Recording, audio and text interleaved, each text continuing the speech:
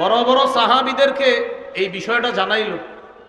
জানানোর পর সাহাবায়ে কেরাম চিন্তা করলো নবীর কাছে এই ব্যাপারে কে কথা বলতে পারে। হাদিসের ভাষ্য হলো মাইয়াস্তারি আলাইহি ইল্লা উসামা ইবনে যায়েদ হিব্বু রাসূলিল্লাহ সাল্লাল্লাহু আলাইহি ওয়াসাল্লাম।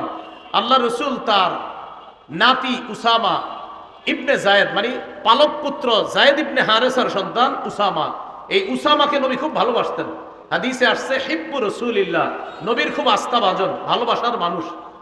তো সাহাবায়ে কেরাম বলল এই ব্যাপারে নবীর সাথে আমরা কেউ দুঃসাহস দেখাইতে পারবো না কথা বলার জন্য, উসামা পারে নবীর কাছে গিয়ে কথা বলতে, কারণ নবী উসামাকে খুব ভালোবাসে।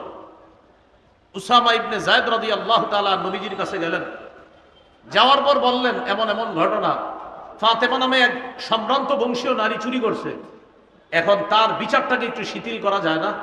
নবীজি বুঝতে পারছে যে বড় বড় বয়স্করা আমার কাছে আসার সাহস না পেয়ে এই ছোট্ট উসামাকে আমার কাছে পাঠাইছে।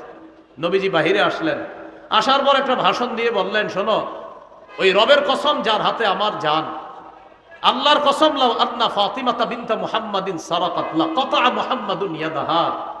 আল্লাহর কসম, আমি নবী মুহাম্মদের কন্যা ফাতেমা যদি আজকে চুরি করত, ওই বংশীয় নারী ফাতেমা চুরি না করে আমি নবী মুহাম্মদ আমার মেয়ে ফাতেমা যদি চুরি করত, তাহলে আমি নবী মুহাম্মদ আমার কন্যা ফাতেমার হাত কেটে দিতে আমি মোটেই দস্তবোধ করতাম না, আল্লাহর বিধান আমার কন্যার উপরে আমি প্রয়োগ করতাম।